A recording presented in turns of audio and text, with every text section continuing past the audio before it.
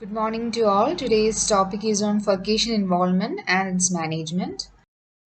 Coming to learning outcomes, apply the classification of furcation involvement in a given situation. Identify the etiological factors that can favor furcation involvement.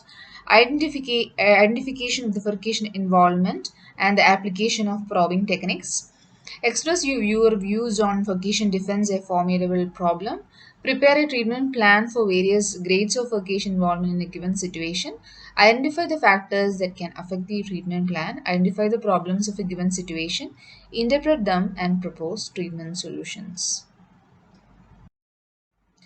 Coming to the introduction part, loss of alveolar bone leading to exposure of the furcation region of a posterior tooth has always been a perplexing situation for the dental practitioner. Furcation areas present some of the greatest challenges to the success of periodontal therapy.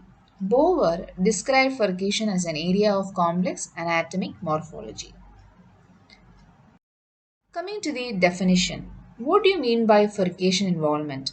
The term furcation involvement refers to the invasion of the bifurcation and trifurcation of multi-rooted teeth by periodontal disease. You can see that this is the area that is the furcation area of a molar of a maxillary molar. You can see that mesial furcation is there, distal furcation is there, and the buccal furcation is there. So these are the two buccal roots and this is the palatal root.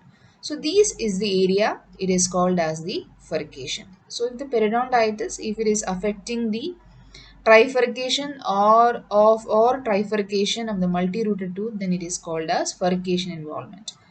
Furcation defect. It is defined as any soft tissue or hard tissue loss seen at the area of furcation. So how it is getting progressed? As you know, there will be inflammatory process when there is a foreign body or bacterial accumulation. So the progress of this inflammatory periodontal disease, if it is not getting treated at that point, it will get progressed and it will lead to attachment loss. And with increased attachment loss, it can reach up to the furcation and the that is a bifurcation or trifurcation area of the multi-rooted teeth. So coming to the important part, that is etiological factors. So the primary etiological factor in the development of furcation defect is bacterial plaque and the inflammatory consequences that result from its long-term presence, and the extent of attachment loss required to produce a furcation defect is quite variable, and it can be related to local anatomic factors, local developmental anomalies. So under local anatomic factors, this can be of different types. This can influence the prognosis and treatment. It can be widely separated roots. Roots are separated but can be close, fused to roots separated only in their apical portion, and presence of enamel projections. So there is this local anatomic factors and local developmental anomalies can influence the primary etiological factor. Also, there can be influence of iatrogenic factors that can lead to furcation involvement. Endodontic origin can lead to furcation involvement. Age can increase. The age itself cannot cause furcation involvement, but they can increase the chances of getting furcation involvement. And then trauma from occlusion. So coming to the details of each, first one, there is the bacterial plaque. So always the extension of inflammatory changes. So first it starts with gingivitis and then it periodontitis. If the attachment loss is getting increased and if it is progressing to furcation area, so there is loss of attachment and bone loss in the furcation area. So ultimately furcation involvement. Then trauma from occlusion. So always these furcation areas are more sensitive compared to the areas. So they are more susceptible to excessive occlusal forces. So this can lead to periodontal breakdown and it can lead to furcation involvement. Then comes to the endodontic origin. Endodontic origin, you can see that pulpal pathosis in a multi-rooted teeth. This can lead to, if there is any opening to the furcation area, it can cause furcal invasion. There is accessory pulpal canals in the furcation area may extend this pulpal inflammation to the furcation. So in that way, it can lead to furcation involvement. And then coming to the iatrogenic origin, That is the faulty dentistry like perforating during root canal treatment and poorly contoured restoration. So this can lead to attachment loss in the furcation area, that is furcation involvement. Age, the prevalence and the extent of attachment loss can get increased with age, as you know, due to this supraeruption and with the recession caused due to age. This can lead to furcation involvement. So the severity of the furcation problems increases with age. So coming to the details of local anatomic factors. So initially we told that this can influence the primary etiological factor. So before coming to the details of the role of local anatomic factors in the etiology, prognosis, and treatment plan, we will just describe the anatomy of the tooth.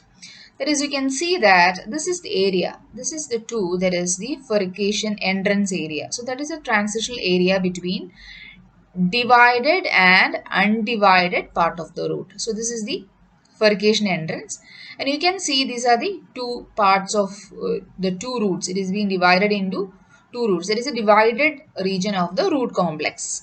Okay, and this is the fornix, that is a roof of the furcation. Okay, furcation entrance, root cone, divided portion, and then fornix. Okay, and then coming to the root trunk. Root trunk, this is the area, that is the undivided region of the root complex, that is root trunk, and this is the root length. Root length, that is the root cone. This can be like root cone, that is the cone shaped two roots. The length is this thing. So this is the root length. Okay, so when we tell about root trunk, so we have to tell that the height of the root trunk it matters, because you can say that if there is shorter root trunk, if it is shorter root trunk, the involvement there are more chances to get the furcation involvement easily. That is, lesser clinical attachment is needed to get the furcation involvement. So once a furcation is exposed, so this, but the treatment plan, okay, risk is more, but the prognosis will be more. That is, once a furcation is exposed, it is easily accessible to maintenance procedures. Okay, since it is short root trunk, so this can be easily be reached by the root planing instruments, and also it facilitates the surgical procedures, and you can maintain the crown root ratio also if there is short root trunk. Okay, but in the case of teeth with unusually long root trunks, you can see that if the root trunk is very long, okay, it may not be appropriate candidate for the treatment once the furcation has been affected. So that is, risk is very less. But if it is affected, that means it is half of the portion will get involved. And also the treatment also, the accessibility is very less, and the maintenance will be very less, and also surgical procedures also, it's very difficult to attain. So that is the root trunk. So when you compare a root length, as you know that it is directly related to the quantity of attachment. Okay, increased root length means increased attachment. Okay, so the teeth with long root trunks and short roots, that is, if the long root trunks and short roots, that means if it is once it is involved, the furcation involvement is there, then the prognosis will be very poor, because the short root length and the rest of the attachment will be very less. So, but with the teeth with long roots and short to moderate root trunk, that means, okay, if once it is involved, if it is involved with the furcation involvement, then the long root helps to maintain the attachment. So that is what more good prognosis will be with long roots with short to moderate root length. So coming to root form, okay, so there can be different types of root forms. This also will play an important role. So it can be like curved roots. Usually you can see that in case of mandibular molar, it will be in the mesial roots, and also sometimes this can happen in the other roots also. This is the case of a premolar. You can see that this curvature and fluting that leads to root perforation easily while doing the endodontic therapy, and also it can complicate the post placement also during restoration. and also this can have increased incidence of vertical root fracture. So there is root forms also will play an important role. Okay, and also there is, if the furcation involvement is there, and the prognosis will be depending on root forms also.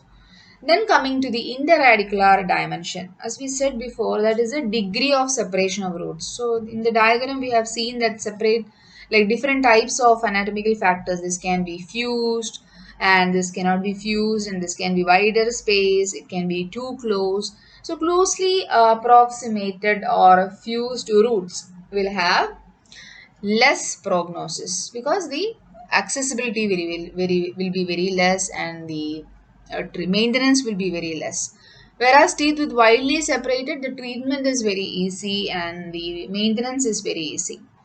Okay, so coming to the anatomy of furcation. Okay, this can also lead to increased incidence of furcation involvement. For example, bifurcation ridges, concavity in the dome, and possible accessory canals complicates not only the treatment but also periodontal maintenance. So these all will complicate the maintenance.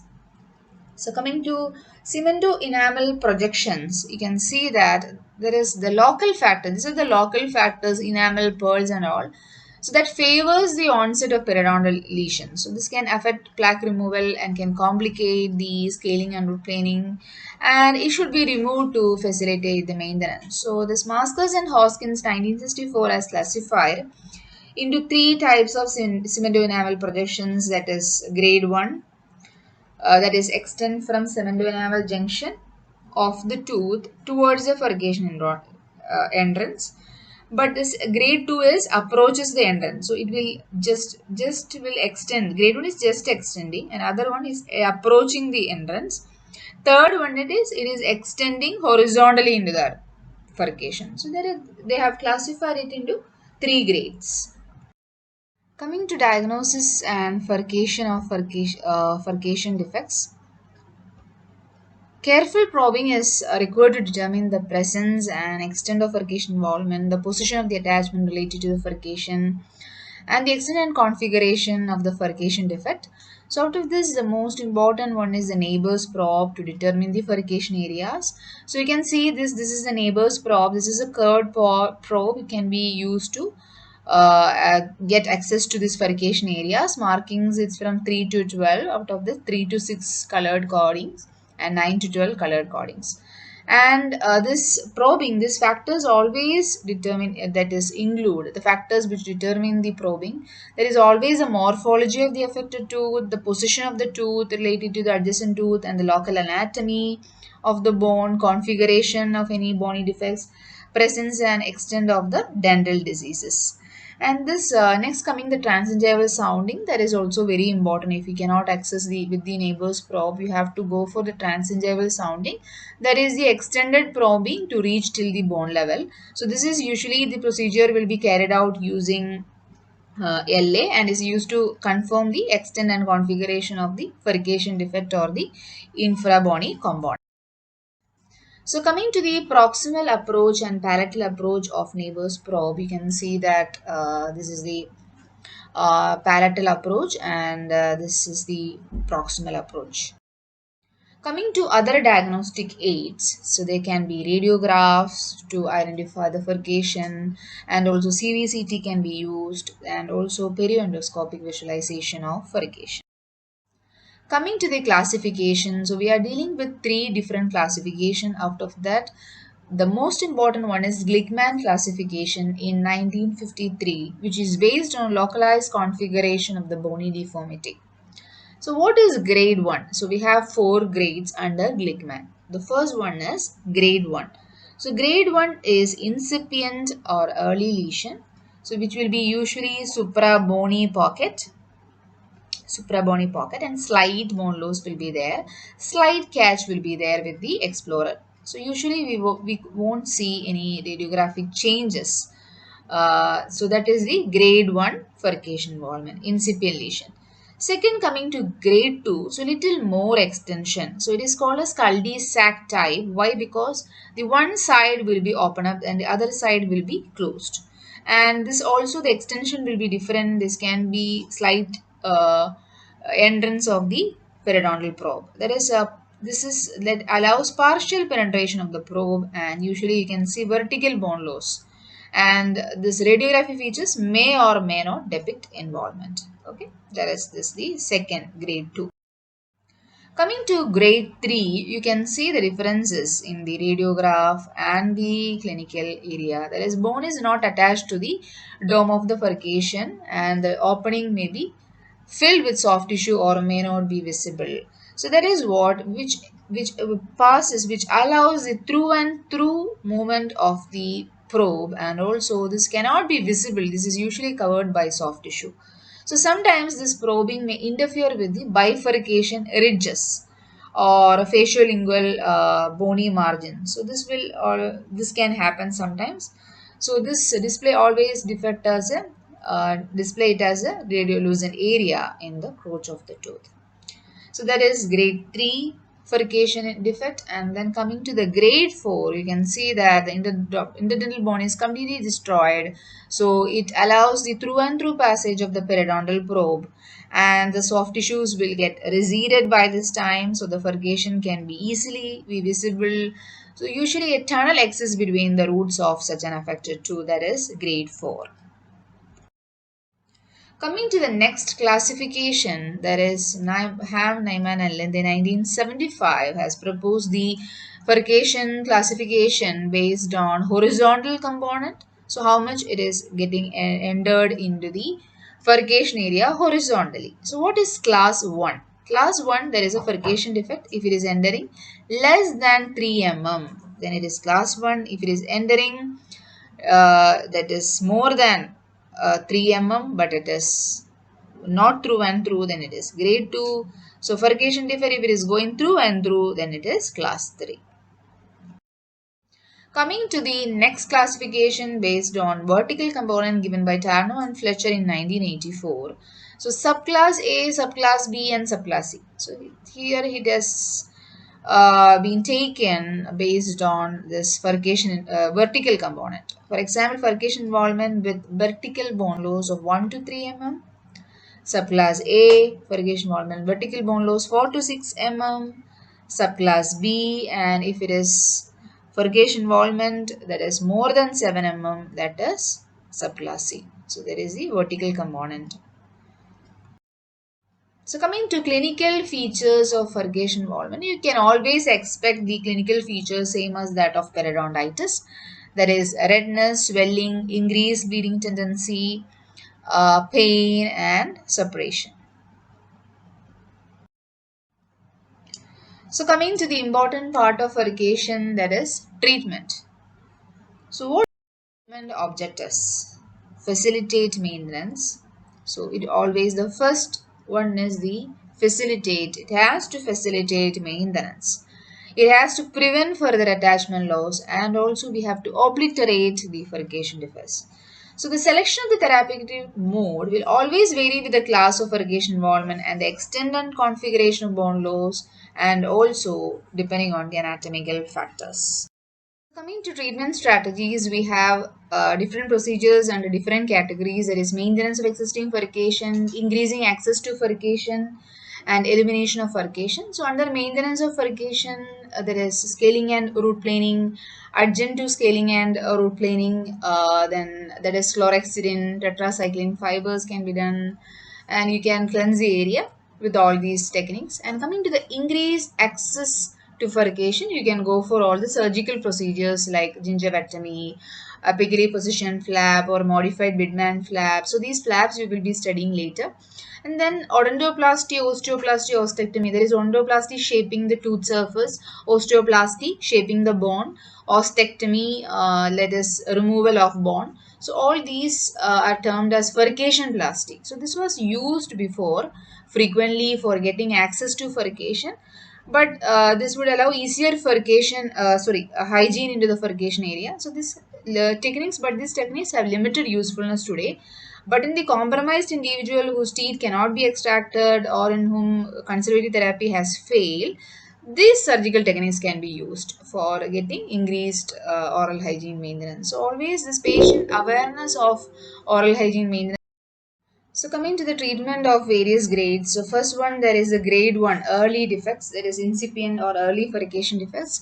These are amenable to conservative periodontal therapy. So since it is suprabony and has not entered the furcation, you can always go with the like oral hygiene maintenance and scaling and root planing. And also if there is no access, you can go for the surgical procedures to get access to it. So mainly oral hygiene maintenance is more important. So this can be attained by non-surgical therapy, scaling and root planing, along with buccal tech delivery or mouthwashes and all. So for getting this scaling and root planing, you can use slim tips, ultrasonic tips are available, and some of the curates that get easily access to furcation area. For example, you can note down some of the examples for furcation curates. There is DeMarco curates, diamond files, keratin furcation curates, and mini figracy curates. Okay, so this with the instruments you can lead to resolution of inflammation and the repair of periodontal ligament and bone, and it can lead to restoration of periodontal health. So, and also this odontoplasty, osteoplasty, or osteotomy, there is a furcation plasty will also help. There is if there is any overhanging margins of restoration, facial groove, or anything like cement, like enamel projections. So this can be eliminated by odontoplasty, recontouring, or replacement to facilitate the oral hygiene maintenance. So we have some of the instruments for that is periotor instruments are there, like to remove this and to remove overhanging fillings and enamel projections. And also always access, we should be careful while removing. There is access to the removal for this odontoplasty, it can lead to sensitivity and caries. So coming to grade 2 furcation, as you know, once a horizontal component to the furcation has developed, so therapy becomes more complicated anyway compared to grade 1. So when we tell about shallow horizontal involvement without significant vertical bone loss, usually responds favorably to localized flap procedures with odontoplasty and osteoplasty. So horizontal involvement, you can go with the oral hygiene maintenance and the accessibility to the furcation. Okay, and then isolated deep class 2 furcation may respond well to flap procedures with osteoplasty and odontoplasty, but this reduces the term of the furcation and alters gingival contours to facilitate the patient's plaque removal.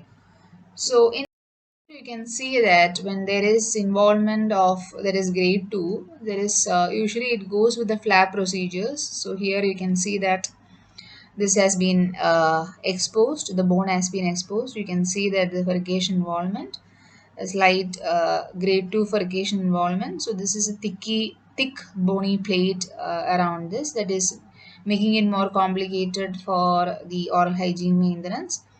So it has been removed, that is shape osteoplasty has been done, and we have made like this. See, the contouring of bone has been done. There is osteoplasty and osteotomy. So just here only there is osseous surgery has been done, not a regenerative procedure. It's just the resective procedure, and then the flap has been placed back with the sutures. So this is the healing.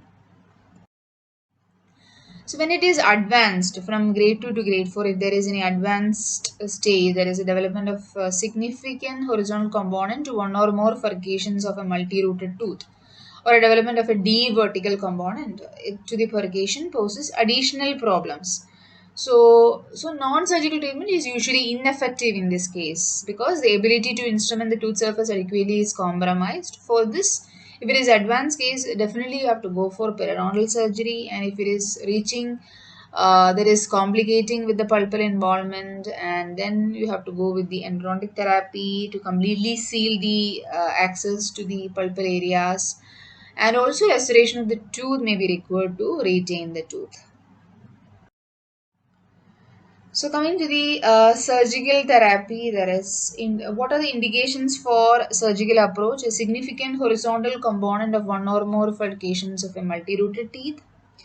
If there is inability to adequately instrument the furcation area by routine scaling and root planing, and if there is persistent inflammation or exudate after adequate phase 1 therapy and good oral hygiene, so always there is an indication for surgical approach. So coming to surgical or open debridement, when you tell that, so when there is the open method. So if there is greater calculus removal can be done with than closed open debridement. Always we are getting more access to the area by opening the flap. Okay, so this is the furcation area and this will be opened. So ultrasonic scaling can be done, and so this can lead to narrow furcations and dermofurcation. So surgical access and increased operator experience significantly enhance calculus removal in molar furcation. So always this ultrasonic will restrict the area to narrow furcations and according to dome of the furcation. So surgical access will be more.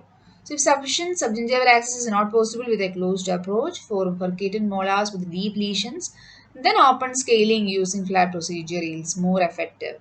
So with the furcation area, as you know, this will, if there is a narrow opening, you cannot like allow this instrument to get in, so we can go for the open method along with the scaling.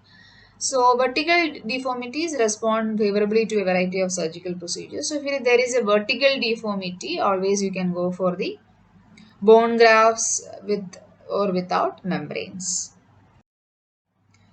So that is what the procedure. Surgical procedures can be of different types. We can do gingivectomy, that or apically positioned flap or modified Widman flap. So you can just note down this because we will be taking in details in your coming lectures. So that is gingivectomy. It's just the eliminating the tissue. If there is the tissue, it is covering the furcation area or it is inhibiting the oral hygiene maintenance, you can go for the gingival removal. Okay, that is gingivectomy, and that is by reducing or eliminating the soft tissue pockets of the furcation area. The same way, apically positioned flap also, it is removing the tissue. The minimal amount of tissue will be removed. Okay, and there is a vertical incision will be given, and this will be exposed, and then this will get clean the area, and or if there is any osteoplasty osteotomy need to be done, can be done, and then it will be placed little apically and then sutured. So the area will be uncovered, so that increases the access for plaque control. Okay, and this decreases the pocket depth also. And also there is an additional benefit is that for apically positioned flap, it is the amount of attached gingiva will be increased in this case. So this is a modified Windman flap, same like that. The other thing, the pocket lining will be removed. Okay, so if it is covering in soft tissue, pocket lining will be removed. You can erase the flap and then do the all the osteoplasty osteotomy and make it favorable for oral hygiene maintenance, and then it can be sutured back to the original position. Okay, so that is modified Widman flap. So you can see that this is the procedure done. We are giving the flap reflection, and then we are making all the bone plateaus, everything, osteoplasty, everything done. And this is more like horizontal, so we cannot go for regenerative procedure. So then cleaning up and then keeping the flap back. That is more like a apically positioned flap. And this area is uncovered and it facilitates oral hygiene maintenance. You can see that the firm gingival tissue here. So then coming to the guided tissue regeneration. So once there is regenerative procedure, if it has to be done, then it has to go with the guided tissue regeneration. So there is a predictable outcome of GTR therapy was demonstrated only in degree 2 furcation wall mandibular molars. So this is more, there is this type of crater type of bone loss. So degree 2 furcation involvement. Always this facilitate the bone graft placement, and over that you can keep the membrane like this, and this is the end result. You can see this facilitates the bone formation. So this less favorable results in other types of furcation defects, and it is could be considered in areas with isolated degree 2 furcation. Coming to bone grafts and the membrane, you can see that, so this can be used along with bone grafts with or without membrane. So this is the case, they have been it has been used with bone grafts and the barrier membrane. So you can see that here The bone graft has been placed in this. So from starting from this is the preoperative view. This is the preoperative IOPA probing depth, increased probing depth. Then incision has been done and then reflected, and then you can see the bony defect here, and then this facilitates the regenerative procedure. Since it is a crater type, you can place the bone grafts here. So this is lead to bone graft placement. Okay, then the membrane has been placed over it and then sutured back and then the pack placed. And then this is the post-operative view at 6 months, and this is the IOPA. So you can see that the increase in bone level compared to pre-operative, and this is the post-operative. So that is additional placement of membrane over bone graft always promotes PDL fibroblast and osteoblast cell adhesion, which enhances periodontal regeneration through collagen membrane hemostatic and chemostatic function. So this is the procedure done with the GTR membrane. You can see that this is the bone defect and this GTR membrane has been placed, and then this being closed, and then this is the post-operative. So next, coming to the root separation and root resection. So that comes in the category of eliminating the furcation. So what is root separation? What is root resection? Root separation, this can be called as hemisection if the one part is removed, and if it is bicuspidation, if it is equally dividing into two parts. So root separation can be of different types, which involves the sectioning of the root complex and maintenance of all roots. So you can see that this is the diagram, that is a direction of if this is more involved, this can be removed. So that is root resection. If it is the interdental part is involved, then you can do it bicuspidization. This is the dividing it into equal parts. And if the one root alone is involved, then this can be removed. That is the hemisection. So this is the root resection if one root is getting removed without the removal of crown part. So that is the root resection.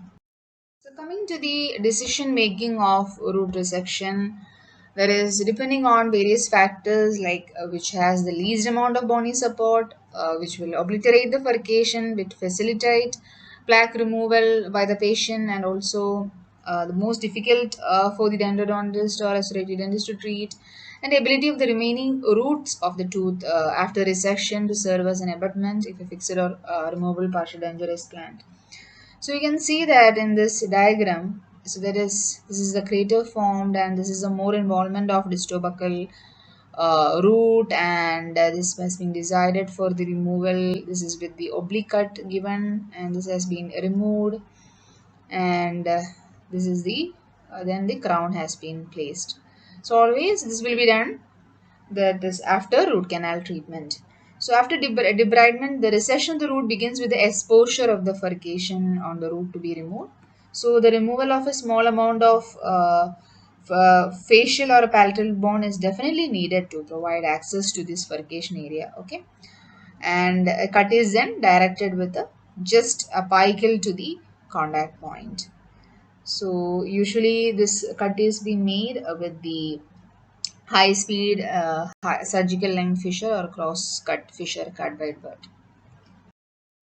So coming to the factors to be considered, the length of the root trunk, the divergence between the root cones and the length and the shape of the root cones, fusion between the root cones, amount of remaining support around individual roots, stability of individual roots, access for oral hygiene devices. So all these factors are very important before going for the root resection procedure, whether this can be indicated or not. So for these factors to be considered. So coming to the important part, that is indications and contraindications of root resection or root separation. So you can go through it. There is severe bone loss affecting one or more roots, untreatable with regenerative procedures. Class 2 or class 3 furcation invasions. So this is just the descriptive what we told before. Endodontic or conservative indications are there. Okay, then prosthetic indications are there. There is severe root proximity inadequate for a proper embrasure space, or root trunk fracture or decay with invasion of the biological bit.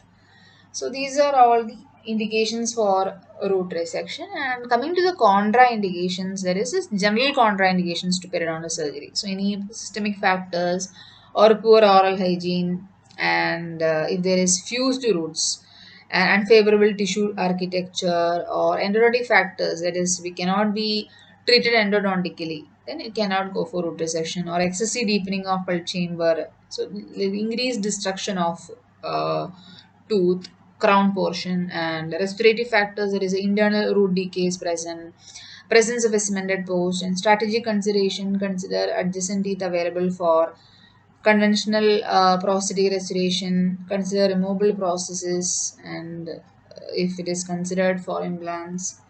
So these are some of the indications and contraindications. So coming to the procedure, that is the bicuspidization or hemisection. So as we told, hemisection is the splitting of two rooted tooth into two separate portions. So this can be called as bicuspidization. Hemisection will be like this one root can be removed. So one area, one tooth can be removed, and that is the hemisection. Whereas bicuspidization will be separated. Crown and root portion will be separated together. So the main advantage is that to enhance plaque control, to convert the part of the tooth more susceptible to caries, that is attack into metal, and the indications are grade 3 furcation involvement. If it is through and through, this can be done. This bicuspidization or hemisection can be done, and disadvantage is that time, expense, and attention to detail required for successful completion. So if they cannot withstand that is two different tooth, then that is there is no there is prognosis will be poor. So advanced bone loss in the proximal area, if there is advanced bone loss, this can lead to that is failure of the procedure. So you can see that this is through and through procedures, this sorry through and through furcation involvement, and this has been made by hemisection. There is separation of the root has been placed, and then it has been divided, and one root has been removed. With the crown portion it has been removed. So there is the hemisection. So coming to tunnel preparation, this is always with a deep grade 2 and grade 3, just to make a tunnel area, to make it accessible to maintenance. Surgical exposure and management of the entire furcation area of the affected molar. Short root trunk, if it is short root trunk, so that increase risk of furcation involvement. And if there is a wide separation angle and long divergence between the mesial and distal root, always it is a good case for tunneling. And disadvantage is that this can lead to root sensitivity and carious lesions on the denuded root surfaces. You can see that this area, so this will make a little more accessible with the bone removal, and so this is the procedure, and this allows the oral hygiene maintenance. So this is the picture showing the tunneling, and this facility is the maintenance. Coming to obliteration of furcation, there is ways eliminate the anatomic knife. So if it is grade 2 and all, this can be like treated if it is exposed with this. So this can lead to, that is, it can obliterate the furcation defect by polymeric reinforced zinc oxide eugenol, that is the intermediate restorative material. So this is physiologically acceptable to gingival tissues, that is to prevent caries and simplified plaque control. So this is the more advantages over GIC, that is the limitations are protection from moisture and blood contamination necessary for the first 24 hours, and finishing of the restoration should also be done after 24 hours. So use of light cure GIC, this facilitates rapid initial setting and polymerization.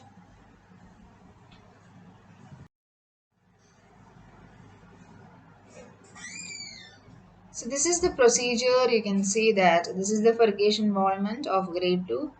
and this leads to the flap exposure and coming to the restoration and then keeping the flap back and suturing, and the copac has been given.